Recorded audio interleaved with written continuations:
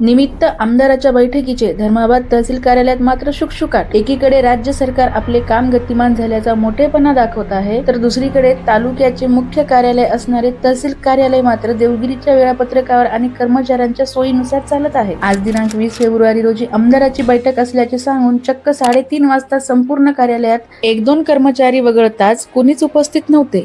त्या बैठकीला तहसीलदार व 1-2 प्रमुख अधिकारी गेले असतील, पण बाकीचे कुठे गेले असा प्रश्न उपस्थित होत आहे।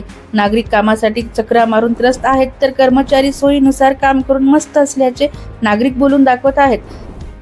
आमच्या सोबत नागरिक आहेत, अनेक नागरिक तहसीलला येत आहेत खेडेगावातून इथे यायला कमीत कमी एका शेतकऱ्याला 30 ते 40 रुपये लागतात। जाणं येणं नाश्ता पाणी म्हणजे 100 ते 150 रुपये लागतात। अशी अवस्था आमच्या तहसीलची आहे। वारंवार तक्रार केलेत आम्ही, तहसीलदारला केलो, SDMला केलो की बाबा ह्या कर्मचाऱ्यावर अंकुश ठेवा, पण आजपर्यंत त्याच्यावर काही निर्णय झाला। आज आम्ही काही कामानिमित्त तहसीलमध्ये आले असता ते सांगत आहेत की बाबा आमदारची मिटिंग आहे। बरं, आमदार हे वारंवार मिटिंग घेत आहे, किती दिवस काम फक्त शून्य आणि मिटिंगावर भर। पण सामान्य नागरिकाचा काय, म्हणजे त्यांच्या जे अर्ज दिले त्याचा निकालच निघत नाही। वारंवार तक्रारी करायच्या, फक्त तक्रारीचा पाऊस आहे, पण निर्णय आजपर्यंत ना तहसीलदार घेतले ना SDM मॅडम घेतले।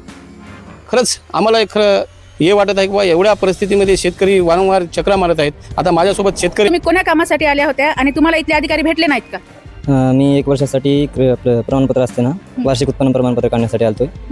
इथं येऊन कॉल केल्यावर दादांनी म्हटलं की मला यायला उशीर होईल, मी मॅडम सोबत बाहेर गेलोय, मग वाटल्यास उद्या भेटून आपण उद्या काम करू। तर उद्या तर सुट्टी आहे तहसीलला, मग आता अजून मग परवा रविवार, मग माझे काम 2-3 दिवसावर लांबणीवर जाईल।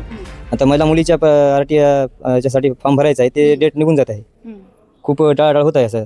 तरी अधिकाऱ्यांसाठी तुम्हाला काय म्हणायचं आहे? अधिकारी काय सर म्हणल्यासारखं नेहमीप्रमाणे देवगिरीला येतात, देवगिरीला जातात, 2-3 तास राहतात, मग बाकीचे इकडे तिकडेच होतात।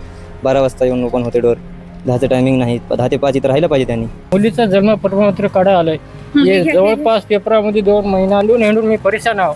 एक साहेब राहिला, ते साहेब राहिला, जन्मपत्र काढायचं आहे, ग्रामसेवक मॅडम नोंद करून घेतली नाही, तर मी तहसील आलो।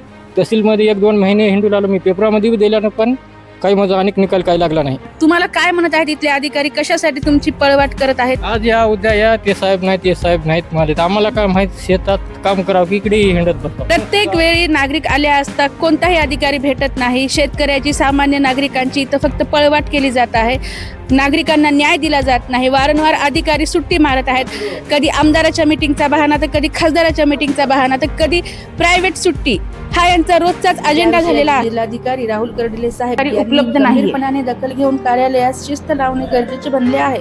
याविषयी यावर उपस्थित नागरिक यांच्याही प्रतिक्रिया घेण्यात आल्या आहेत।